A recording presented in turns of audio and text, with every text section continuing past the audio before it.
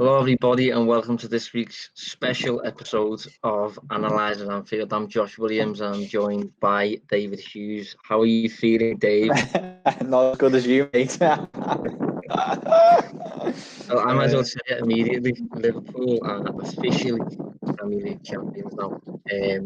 After 31 matches played, it's officially been confirmed. I think we might have called it in maybe December. I think was the first time I kind of said this is done. Nice to have it officially confirmed, but again, how are you feeling, David? How does it feel from the perspective of? Not great, to be honest, mate. I remain fairly impartial with this stuff. I enjoy, doing the show, and we think we have some good chats on it. But it's never seeing rivals kind of succeed in such a manner that the Liverpool have when your side's fairly, mid-table, not really doing much at the moment. But I don't come on the show to be, from a fan perspective, it's all trying to be objective. And from an objective point of view, it's what they deserve. They probably would have, if it wasn't for the pandemic, they would have had this done in early March. So a little bit of a longer wait than what Liverpool fans would have liked. I think it still felt pretty sweet, even under the circumstances, for most that I spoke to last night and this morning. Yeah, I mean, it has been a long time coming, certainly. On months now that Liverpool have been topped by a fair amount of points. And from my perspective, even though I knew we were going to win it was still quite a weird feeling when it happened. It was, couldn't wipe a smile off your face, and I ended up going down to Anfield myself, and it was crazy. I thought it'd be a little bit damp because it was coming for so long, but it wasn't really. It was a new feel, let's say. Yeah.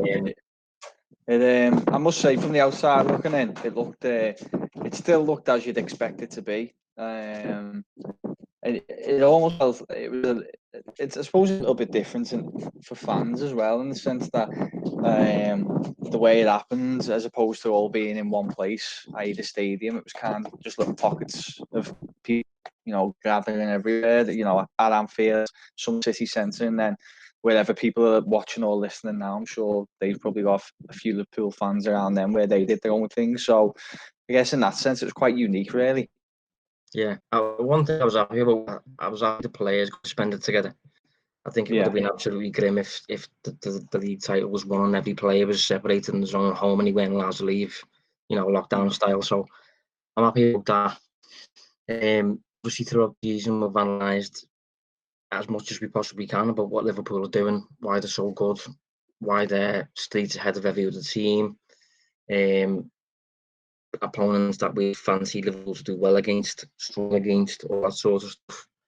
And it's led to this. So obviously we would usually look back at the past two games, analyse Palace and the Everton match, and then look ahead to, funnily enough, just the City. But with this being, we can't overlook the fact that Liverpool have just officially won the title. So this episode is going to be dedicated to just basically summarising how we did it, why Liverpool are so much the Manchester City at the moment, and all the contributing factors really to Liverpool becoming champions of England this season. And then next week, maybe we will look at a preview of the City game, possibly on a Wednesday, but we'll see. So I think the first thing we should cover is the stuff that we probably can't offer much insight into, and that is the intangible aspects that you can't really quantify, but that I think Klopp is an absolute master of, and that would be, like the dressing room, leadership, squad harmony, training behind the scenes, mentality, all that sort of stuff. We obviously can't put a number on it and stuff like that, and we can't really talk about the details of it. But it's quite clear to see that Liverpool's version of all that sort of stuff is absolute elite level, isn't it? Yeah. I think interesting though, Klopp ever did any sort of psychology degree or anything to that effect, because I think he's a master of the mind. Really. Yeah, he's just he's a master of the details. He makes so many people around him, certainly from a player point of view, makes them feel 10 feet tall, and just the way he carries himself and the behaviours he has in his role just give you kind of sense that he understands maybe the psyche of people a lot better than many others do. You know, if you even think of the small details, think of how he watches the opposition warm up pre-game, every single game. He sits there staring at them. Now, you're telling me that he's just doing that to try and see who's who's up for it. There may be an element of that, but my belief is it's just to give a little bit of a fear factor to the opposition. You know, let them know that the manager's watching what they're doing. And you know, as a player, how would it make you feel if an opposition coach, a very successful one, is staring at you getting ready or doing your warm up? I think you'd find it quite intimidating. I think he just has so many of these little facets in his behaviours as a manager that make him just so unique. Even his kind of relationship with media. You know, the Liverpool get a lot of stick for it, and so does Klopp. Sometimes getting accused of play acting, but I think your career as a manager is so much easier when you've got the media on your side. You know, it buys you time when things aren't going well and that sort of thing. And he's definitely got them on the side. Yeah, I think that's something that they certainly looked at over the years. I think Liverpool have become sort of the media darlings, I think, and I think we've been very good at sort of like romanticising the unique aspects of the club. You know, the cop, you'll never walk alone, all that sort of stuff, the romantic stuff that not every club has got. And virtually everything about Liverpool in the media is positive, and I think that contributes to the overall mood at the club. Even big things like when Klopp fell out with Sakho, when Buvac left the club, Nabil Fekir, the deal fell through, whatever it was. We've never really heard anything about it, nothing at all. It's just kind of been brushed under the mat. I was going to say, it's never any criticism of Klopp either. It's never like, you know, what's Klopp done to make Sakho want to leave? It's always the other person who's responsible, which again ties in with having that pre-existing relationship where you thought of quite highly. Yeah, but I think, you know, we covered a lot about, like, you know, data and tactics and all that sort of stuff, and all that obviously matters. But I think if it's manager in Klopp's shoes, I think a lot of it just comes down to how you see people, how you are with people, whether people are willing to follow you, whether you can lead, whether you can be authentic and genuine and stuff like that. And I think he's just a complete one-off, to be honest. The way he speaks, you want to follow the guy, you want to believe in everything he says. He's charismatic, he lights up the room, big personality. And I think even the biggest people in football feel small around him, in a positive way. That is, you know, not as in he makes them feel belittled or whatever. But I think Pep Guardiola, who's obviously very confident in his own skin, I think around someone like Jurgen Klopp will be, especially after reading a few of Pep's books, I'm inclined to think Pep will look at Klopp and just think to himself, like, you know, is this man better than me, basically? And I don't think Pep will think that about many people.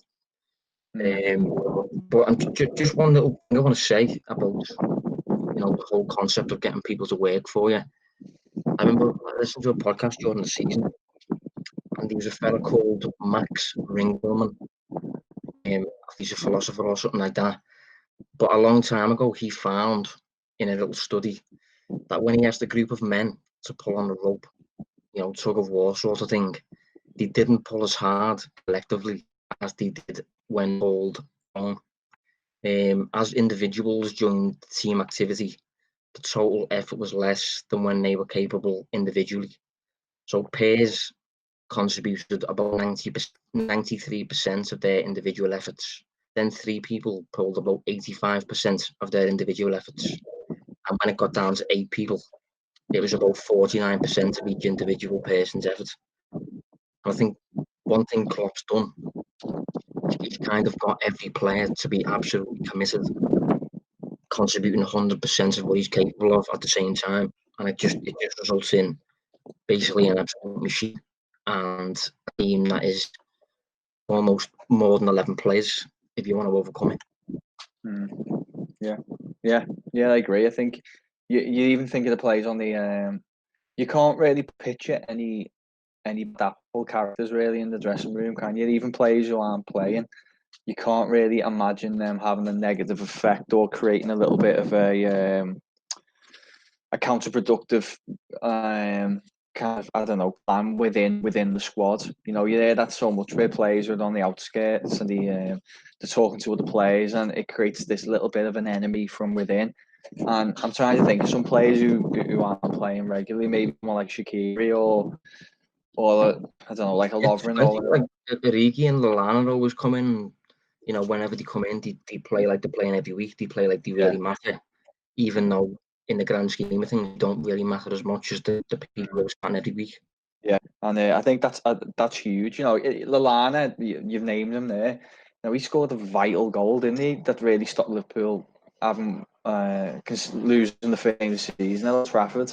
And he's come in, kind of popped up with that goal. And you know, if it was someone who was potentially going through the motions, he may be not been inclined to put as much effort into his run to get on the end of the. I think it was a cross, wasn't it?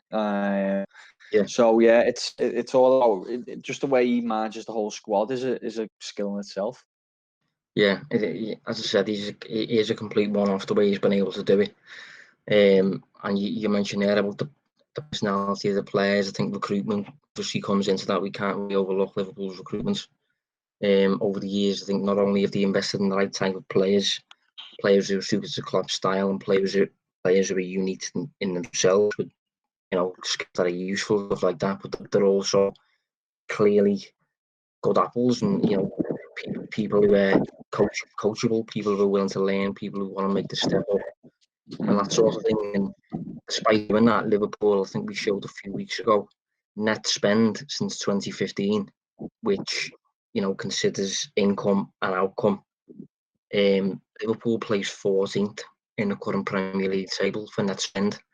Man City, for example, spent about 500 million more than Liverpool over a 5-year period. Yeah, at the end of that 5-year period, City is somehow, I think it's 23 points behind. It's absolutely crazy how efficient Liverpool have been. And although I absolutely think Klopp is the heart of it, I think it's an operation thing. I think every single department is absolutely well drilled, if you like. Yeah. No, I agree. I mean, don't get me wrong. I think City, and we'll probably delve into a little bit more. I think on the whole, they've bought fairly well. I think they've also not only bought well, but turned good players into really good players. I think Mahrez is an example where, Mahrez looked a good player for me, but admittedly, I think this year he's found another level. But I thought it was interesting that you touched on the personality of players there. And I think it's a really good point. And I think when you're super rich like City are, I know Liverpool have got money, but City are a level above in terms of the finances for me. I think you can be, I wouldn't say more lazy with your recruitment, but I think talent can sometimes take precedence over everything else. And one of those things it takes over is characteristic or player persona. And I think a really good example this year of where that's been the case is Cancelo going to City.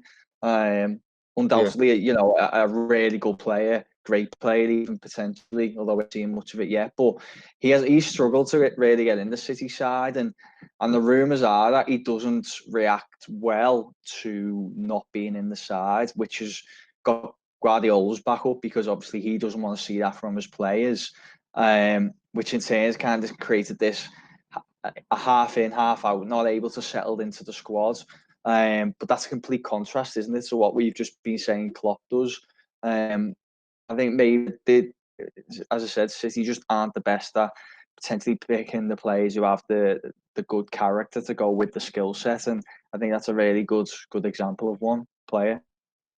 Yeah, I know exactly what you're saying there. It's a good point, that. But when we look at the way Liverpool have recruited over the years under Klopp, there's kind of, for me, very clear steps that Liverpool have taken. I think initially it was quite clear that he wanted to improve the attack first and foremost. He wanted to make Liverpool an attacking side. Considering he's an attacking coach, I think that makes a lot of sense. And obviously, once Liverpool reached a point whereby the attack was amongst the best in the division, he then started to plug the holes of, where else do we need to improve, which I think if you look at the actual league over the years, very few teams actually do that. Very few teams actually look at what they need and just go and buy it. I remember a few years ago, Mourinho did exactly that. He came to Chelsea for the second spell, I think, and he bought Fabregas, Diego Costa, and Matic maybe, or someone like that. It was just exactly what he needed, and Chelsea just won the league like that, simple as. And I think Liverpool, it was clear that we needed a bit more control, a bit more composure, and fewer mistakes in defensive areas. And we just went out and bought it, as simple as that, and it's resulted in a 97-point season last year, and this year we won the Premier League, and God knows how many points we're going to actually get. Yeah, and it's something obviously maybe we'll cover a little bit more shortly, but it's something City didn't do in the summer, and it's proven to be, I think, crucial in them not being able to maintain pace with Liverpool. They lost company, and they were really unlucky with Laporte's injury. Don't get me wrong, but I think when company left, you needed to find a replacement, and he just didn't do it, didn't seem to prioritise it, or didn't get the deals they wanted. But they definitely needed reinforcements there. And, disaster struck very early on in the season. And for a team like City to have to be turning central midfielders into makeshift centre-backs across the year, that's really poor. And as I said, I think it's been detrimental this season in them trying to compete with Liverpool. Yeah, well, another thing that ties in with, I suppose, is availability, and avoiding injuries and things like that. Obviously, City picked up an injury to Laporte early in the season, and it's impacted them quite drastically. But Liverpool, on the other hand, I think offhand, I think Alisson's been the only first teamer that is to have fairly persistent problems. But even that, still, he's still played the majority of matches, still going to pick up the Golden Glove and stuff like that. I'm not sure exactly how many he's missed, maybe 8 to 11 or something like that, maybe possibly even more. But yeah, Liverpool have just seemed to have mastered another area in just keeping the players in shape and keeping Liverpool as the fittest team in the league, the fastest, most physical, most intense, really. Yeah, I think the Laporte one was a little bit unlucky, but you look at players like Stones, for example. He's just seems to be recurring injuries constantly, and I think Otamendi was the same as well. It's Do you know what as well? Every season, every single year, Aguero misses a few months. Every year. Yeah, that's true. Yeah, I don't think he's had a consistent season where he's been injury free. Because if he did, he'd probably hit the 30 goal mark. But there's a reason I think he's only. I'm not sure how many Golden Boots he's won. I don't think it's many, but he's sure of. He's been here for a decade. Yeah. But it's because he ends up missing about 2 to 3 months every season, just through little niggly injuries.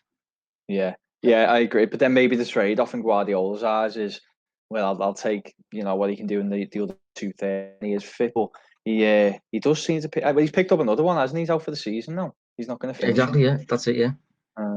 Yeah. So yeah, it's a good point actually. Yeah. So in terms of the system that has delivered Liverpool's Premier League title, it's quite unique, I think is fair to say, in comparison to most other Premier League winners and most other European sides. Hopefully, those that are watching on YouTube can see that. That is Liverpool's most used 4-3-3 this season in the Premier League, including the most selected 11. And that basically captures how it works, really. You've got Van Dijk and usually Gomez, who are that complete that they're able to manage, excess space in behind. As a result of that, the two fullbacks bomb on and basically play like wingers, contributing a wide variety of assists throughout. I think since the beginning of last season, in all competitions, I think they're into the 50s now, combined assists. Obviously, you've got the midfield three there who, over the years, they've just gradually in terms of goal scoring chances, they've just created less and less. But that's coincided with Robertson and Alexander-Arnold going the opposite way. And then the front three there, obviously it's supposed to be Firmino as the number 9. And then you've got 2 wide players. But for me, it's always kind of worked as a diamond. Firmino's always been okay as a number 9, but he's always played as a number 10 as far as I'm concerned. He drifts into midfield.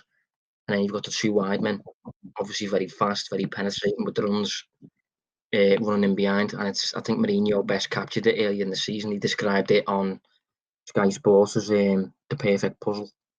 The complete puzzle, sorry, is what he said. And I think he's spot on, because there's very few other clubs in the world who've constructed a squad with the personnel capable of executing a style of play like that. Yeah, I was writing about it earlier this week, and I basically said, Liverpool's such a multifaceted side, that pretty much like a Swiss Army knife, aren't they? Yeah. I mean, the balance in that 4-3-3 is insane. I had a look, and I think there was more of a threat level down the right, but in terms of attacks, I think it's a split of around 37% going down the left and 36% going down the right. So it's, if you try and accommodate for the right side, Liverpool hit you on the left and vice versa. And that's not to mention they've got the players to go through the middle as well. So it's just so hard for an opposition of defence to try and defend against a side who can attack you in so many different ways. I think that formation is so good as well. It doesn't really possess a weakness when you're facing any sort of philosophy either. You can play teams who like to play in different ways, and that's always set up so that you'll find an answer to the questions that they ask. Yeah, I mean, you mentioned there that Liverpool can attack in so many different ways and things like that. So before we tackle the defence and things like that, we will talk about Liverpool's attack this season, how they do it, goals that they've scored and things like that. First, just want to plug this. This is Liverpool's shot map for the current season in the Premier League. Hopefully you can see that. But as you can see, a wide, you've got plenty of shots there inside the penalty box, very few coming outside the box. And, some of them from outside the box have actually found the net. So that's not too bad. I remember writing earlier in the season that each year Liverpool have, they've decreased their percentage of shots from outside the box each year on year. I'm not sure whether that's still the case now, but it certainly was around January, I think it was, or December when I wrote the piece. Obviously, those that follow expected goals and things like that will be aware that the closer you get to goal, the more likely you are to find the net. And considering Liverpool are so data focused behind the scenes, it's likely that Klopp's fully aware of that, and Liverpool are trying to work towards that. You mentioned about Liverpool attacking with a balance down either side. I think if you're looking at that shot map there, there's no area at the box that's weighted more than any other area. I think it's quite a balanced shot map either side and through the middle. Yeah, it is. It's as I said, they basically come at you either side, and it's just so hard to defend against. It's like if we think about Palace although Palace aren't nowhere near Liverpool's level, so obviously they're going to be a little bit more one-dimensional. But if we think about that game on Wednesday, I don't know about you, but the minute Zaha picked up an injury, I knew that was their offensive threat over with because they're so reliant on building down one flank, and that's a complete contrast to what Liverpool are, and we've got the visualization there to prove it that the threat comes from everywhere around the box. Yeah, I mean, in comparison to Manchester City, who have obviously been our rivals throughout the season, and I suppose other teams have challenged us at various points as well. This is how Liverpool compare to the rest of the league, strictly in attack. Hopefully this will do that. Keep talking, Dave. Okay, yeah. This happened. Well, that's okay. I mean, just on City, what I will say is, I'll shoehorn it in now, but it seems the problem for City for me is and it's backed up by a pretty poor head-to-head record against the top seven. You know, they tend to struggle against sides who possess certain characteristics, or they have done at least this season. And it's normally teams who have an ability to press in an organised manner, can hit you fast on a counter-attack, and also show ambition to win the game. I put on Twitter earlier. I won't share it because, you know, people can have a look on Twitter or just take a look themselves. It's quite easy to find. But City have played 11 games against the top seven sides this season. They've only won 3, which is remarkable, really, for a side who you know, pushing for the title. Yeah, it's a shock, and I think it does come down to, as I said, you know, they've got a fantastic record against everyone below who potentially don't really have this ambition to win games, or that they're happy to let them play their own game. And City will let them turn it on there with the combination plays they can implement. But I think once they face sides who have a little more ambition to win, have a little bit more quality as well, they've been getting punished. Yeah. Okay, so hopefully this works. Yeah, it's working. Right, so that's absolute basic chart. Plus capturing which Premier League team has the best attack according to goals scored on the bottom axis and expected goals. So as you can see, by the way, this is probably a good time to point out that those that doubt the accuracy of expected goals should probably look at that, because that's, you know, that captures that. It's fairly accurate. As you can see anyway, City have the best attack in the league. That's according to actual numbers and underlying numbers, followed by Liverpool. Then it's, I suppose, a toss-up between Leicester and Chelsea. Then you've got Man United, then Spurs, then Arsenal. So no real surprises there. And I think although City are considerably higher than Liverpool on that plot, I think it's worth knowing how far away Liverpool are compared to all the other teams as well. So although that looks like, okay, City are the best team, Liverpool are also considerably better in attack than most other teams in the Premier League, which means that Liverpool are also highly likely to win matches, as opposed to just City. Whereas I think you'd be inclined to look at that and think City will finish first, Liverpool will finish second. But what I suppose what I'm getting at is Liverpool are equipped to win the large majority of matches with an attack like that. Yeah, that's right. That's still basically, that's pretty much still a winning formula every week, isn't it? To be putting that kind of output in terms of XG and goals scored. Just what are your general thoughts, by the way, on City's kind of return this year in comparison with their XG? Because it's quite. When I looked, I assume you're on StatsBomb data there. Yeah. Yeah, I had a quick look at Wisecout, and I think they're a few goals out. You underperforming, are they? No, so they've overperformed, but only by 2 goals, which for me is quite a surprise for a team who's an elite side. If we think that using the same data, Wisecout, Liverpool overperformed by 10 goals, which is what I'd probably expect over 31 odd games or whatever we're looking at. And I'm just wondering if you have any immediate thoughts on that. I know they've missed a few penalties, which I think actually something that hasn't really been accounted for as being quite an issue. If you've missed that many penalties in such a low-scoring game, it can be quite decisive. Yeah, I think another thing probably worth noting as well is generally headers are perceived as they're not usually very valuable in terms of expected goals. Usually an XG model will look at a header and think that's not going to be scored. But if that header is coming as a result of a clever little set piece Liverpool have arranged, which Man City don't seem that inclined to do, that's going to result in Liverpool again overperforming a little bit more, because it's going to look like they're taking headers, whereas they're in fact coming up with very subtle little set piece routines. Yeah, I've seen Van Dijk, and we profit from 1 or 2 of them this season. Yeah, but I just think it's another thing in the favour of Liverpool, maybe something City would be a little bit disappointed with, because if Liverpool overperformed by 10 goals, City only 2, it's not great really. It's probably just one of those things that only accounts for 5% of the reason why there's been such a difference this year. But if you have several of those 5%, it builds up, doesn't it, to what we're seeing now in terms of the points difference. Yeah. If we move away from the attack, in fact, one more thing I'd like to say on the attack.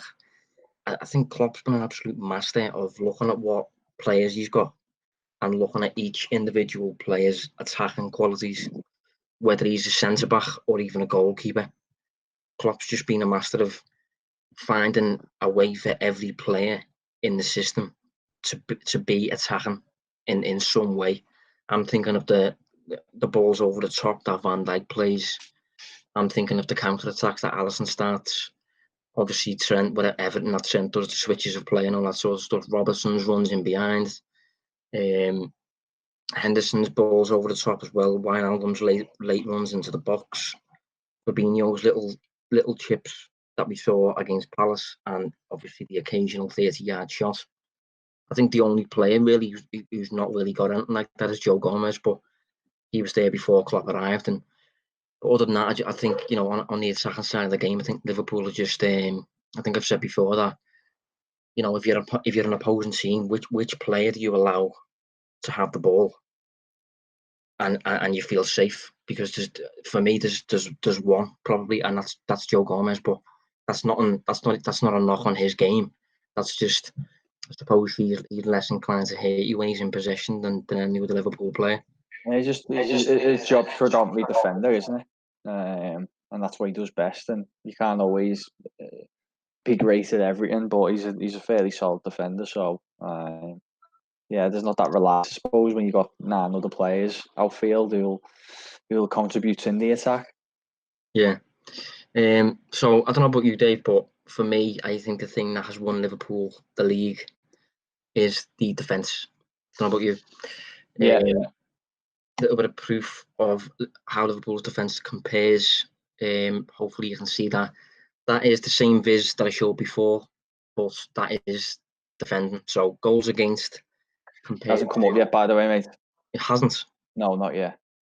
Okay, that's weird. It says it has on mine.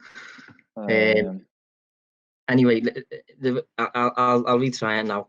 But Liverpool's defence is essentially on a different level to everyone else's in terms of goals against. That is, but hopefully when I get this up properly. I mean, I was going to say probably still talk us through it either way. But I agree. I actually wrote a kind of reaction piece from a City point of view earlier today, and those other things are flagged in the difference between the two sides this year, but the defence was a huge one. Because it may surprise people to know that based on expected points, which is obviously in relation to expected goals and against, most models still have City as the best side. But I think you're inclined to forget that's working now, by the way, mate. You're inclined to forget that obviously expected goals largely relies on locations and assist type body parts, and doesn't always consider defensive pressure, which I think Liverpool are so much better than City at. And doesn't always get picked up, as I said, in terms of XG. Yeah, spot on there. That's what I'm going to mention, really. If you look at that viz, obviously, Aston Villa technically have the worst defence in the league. Expected to concede about 60, and they've conceded about 60. Followed by West Ham, Norwich, Southampton, surprisingly. Although Southampton's expected numbers aren't as bad. Southampton's expected numbers are actually, I think, slightly better than Tottenham's and Arsenal's on the defensive side. When you concede 9 goals in one game as well, that's always going to boost. That's a good point. Yeah, that's a good point. But Liverpool down here, anyway. I think we've conceded, 21. But we've been expected, interestingly, to concede just over 30.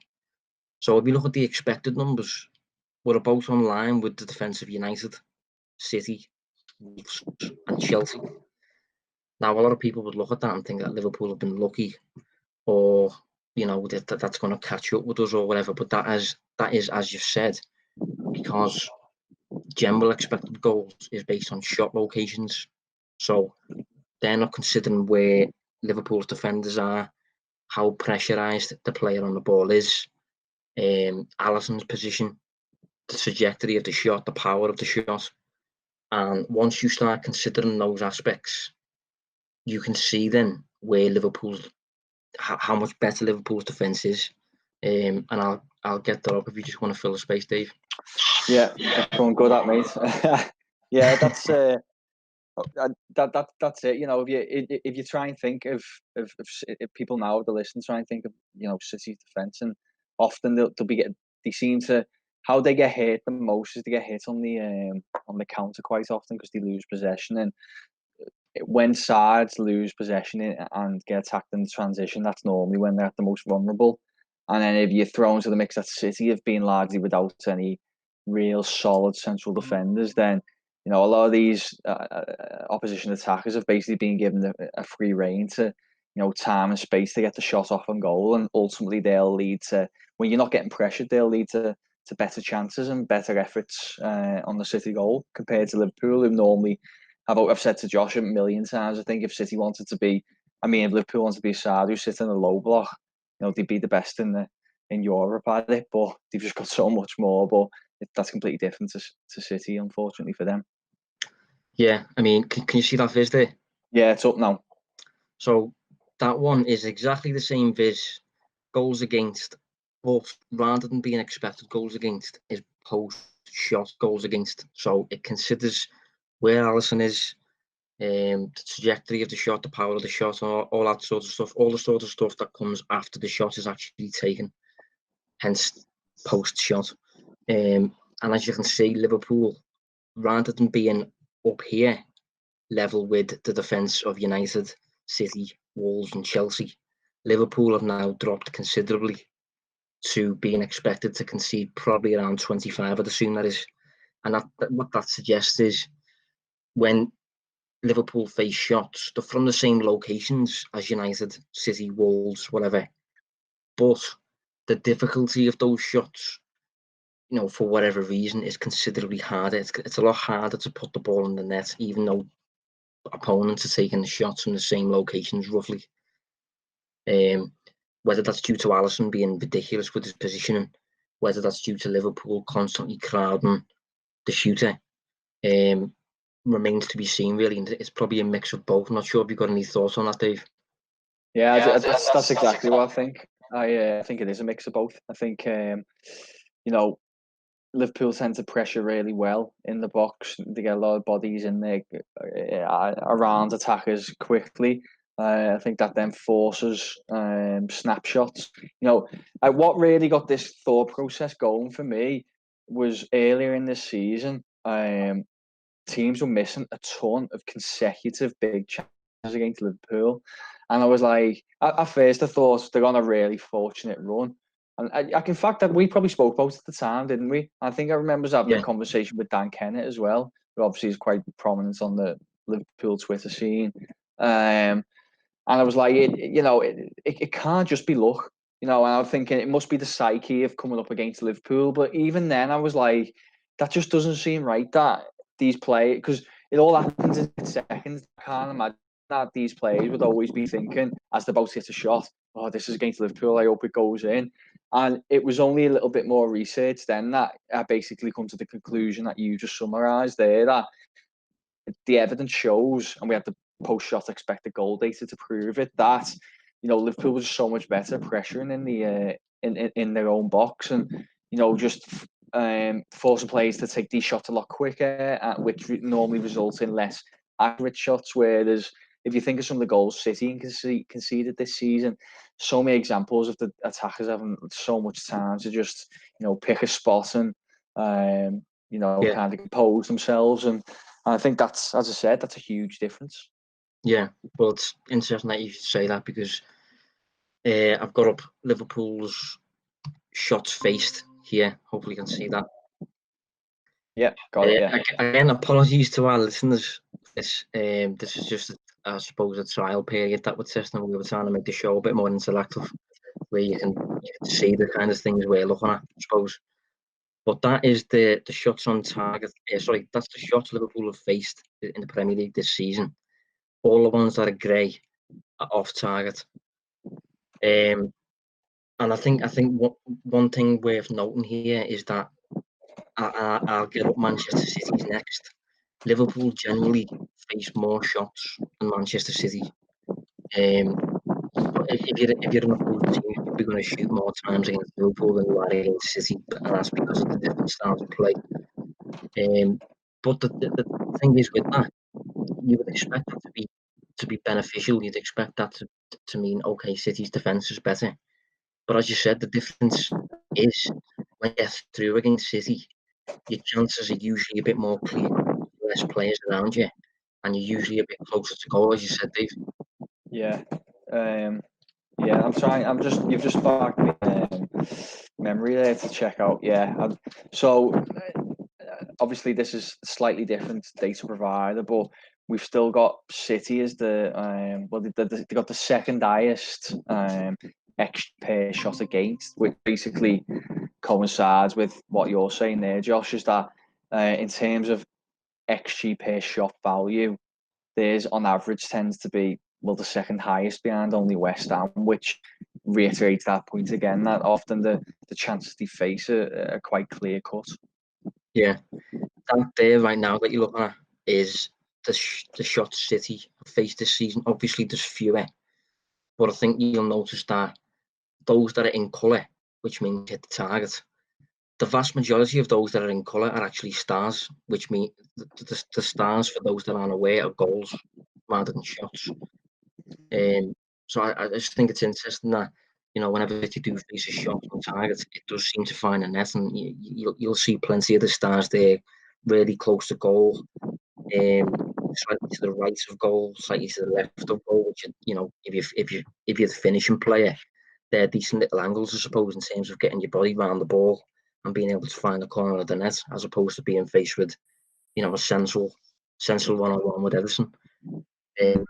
So yeah, I think it's stylistic, interestingly, because I think Pep Guardiola's always had the perception of, we dominate the ball, and it's quite idealistic in terms of whenever we lose it, we get it back immediately.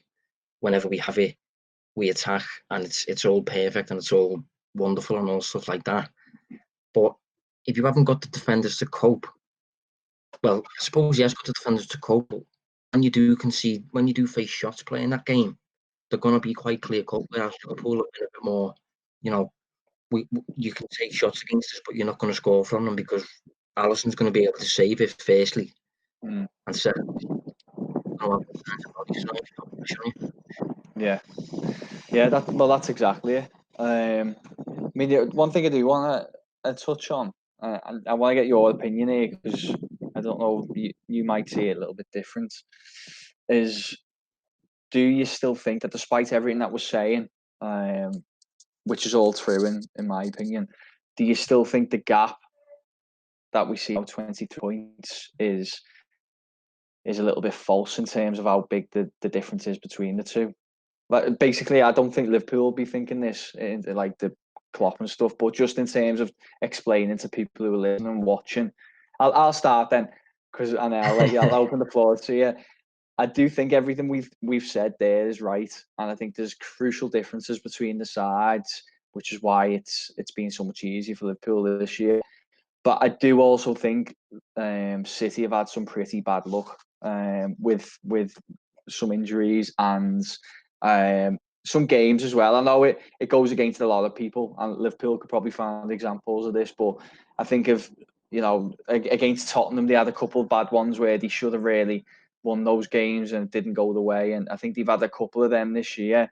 And I just don't think we're looking at a gap of 23 points in terms of levels between these sides. I still think Liverpool are the better side, no doubt, but I think it's a little bit closer than maybe the table's going to say this season. Yeah, in terms of that, I think looking at this season's table, I don't necessarily think it's false, because I do think that Liverpool this season have been far and away the better side. I think we've got fewer weaknesses, and I think we're at a point of maturity, especially the first 11, where they're just completely ready to just deliver, basically. But having said that, I'd expect next season, I'd be really surprised if anything like this happens again next year. I'd expect it to be a lot closer. I'd expect City to, I don't know, I think this year, as I said, they've really suffered defensively. They haven't had Laporte for a long period. And I think another massive thing that we haven't even mentioned is Fernandinho had come away from the defensive midfield position, and he was an absolute monster in terms of like 6 players attacking ahead of him, and he's like the sole guy responsible for picking up recoveries, picking up the ball and that. But because of how mobile he was, he used to be a box-to-box midfielder at Shakhtar, I think it was Shakhtar. He was just highly capable of doing it. I think Rodri's a little bit different, little bit more of a passer, less of a runner, bit more physical. But as I said, his ability to cover ground isn't as good as Fernandinho's, and as a result, your counter-attacks are a little bit more vulnerable. So I would expect City to be better next season on the defensive side. I expect them to sign at least one defensive player. Laporte will be available more. It'll be Rodri's second year. And it remains to be seen who else they will target. In this market, I'd expect them to replace Sane somehow. And Aguero's obviously getting on, so it'll be interesting to see what business they do. But next year, right now, I would still actually put Liverpool as favourites. But having said that, I don't think it's, this gap for me is a bit of a one-off. Like, I've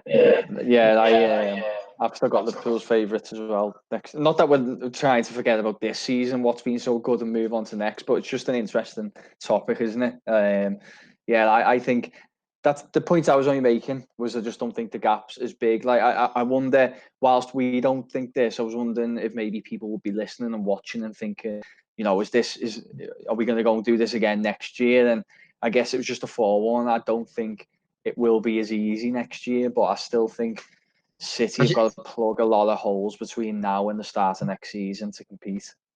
Yeah, I think on the attacking side, City need virtually nothing. But it's just defensively that they're really weak.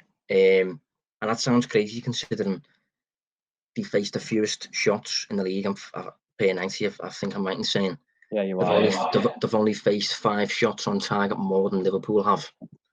So they're obviously not defensively bad. It's just a case of, with Liverpool, you never ever feel, you always feel safe with Liverpool, no matter where the ball is. With City, like for example, last night, when, I'm not sure if you've seen the goal, but when Pulisic runs through, Pulisic picked up the ball in his own half. That goal would not have been scored against Liverpool. Liverpool do not concede them goals. City, all it seems to take is a really quick player who can dribble, and a few passes, who can actually, when they're pressed, lift their head up and be a bit brave. It just takes a few of them for City to get opened up really easily. I think that also stems into why Guardiola hasn't won a Champions League since he's had Lionel Messi in his team. I think his teams are ridiculous, but they're also really almost like utopian, really, with this really specific idea. And if you're playing top quality players and you're trying to play with such a high line and all this sort of stuff, they can slice through it. So yeah, it's a tricky one, but I do think City have got to really, Guardiola's got to do something to the way his team defended. Klopp did it. Klopp experienced a period where Liverpool were playing really well, but we just conceded stupid goals because of mistakes, and we were trying to press as high as City, and then we just went and signed Alisson, Van Dijk, Fabinho, and we started dropping off a little bit more. Soaking pressure a bit more. You mentioned the low block quite often, and it just changed the way Liverpool play, really, and we've been better since.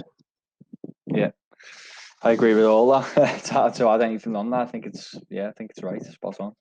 When I said earlier about steps, I think there was a period where we were 4-1 in City, and we ended up winning 4-3. I remember that. Yeah, we were 3-0 up away to Sevilla at half time, and we drew 3-3. And there was a moment where we were maybe 3-1. Go Was on. it Palace? Was it Palace you're going to say where it was I where he? was, I was, there was probably a Palace one, to be honest. Yeah. But I was going to say, away to Bournemouth, I think we were 3-1 up. Oh yeah. Aki Maybe, scored, did he? yeah, I Yeah. got the winner. I think it was actually 4-3. Mm, Back then, we just, in terms of controlling your own controlling the pitch, we couldn't do it. mm, So we signed 3 players who, rather than being intense, psychos, they were just more cool-headed. Alisson, Van Dijk could wear the same shirts every week, and he wouldn't have to. He wouldn't break a sweat. And Fabinho's obviously he's been called a lighthouse before in Liverpool's game. So those players just made a difference for Liverpool. But whether City, I don't doubt City's recruitment, but whether City's recruitment is that good to be able to mm. address all those problems in one summer like Liverpool did, remains to be seen. Well, the problem is again, it goes back to what we said at the top of the show with them that they were talking about. I saw them getting heavily linked with thingy from Napoli. Why can't I think of his name? Koulibaly. Yeah, Koulibaly, and you're like, it's just I get it, but it's again kind of pursuing that the talent and not really considering the other factors. And in this specific case, you'd be going, well, how old is he now? He's on his way down from his prime. Is he a wise buy? And I said, I do think City on the whole recruit really well. But they've just got these. They don't seem to. Maybe the way I put it is they're not as thorough as maybe Liverpool are, and the other factors beyond the on the pitch abilities. Yeah, I think City are more likely to just kind of, if they need a left back, literally list the 3 best left backs in Europe Yeah, and buy the first one almost. I yeah, think they that's did it. that with Mendy, because I think if you look at Mendy, I don't really see him as a Guardiola player personally in No, terms of his game, but they just bought him because he was the best on the market. Even to an extent, Kyle Walker, I'm not sure he's a Guardiola player. He's a bit more, his decisions are daft sometimes. Kyle Walker. Uh, they both feel very, direct, don't they? And obviously his game a lot of the time can be patient build-up play and combinations, and neither of them seem that fantastic, really. I think as short, sharp ball players.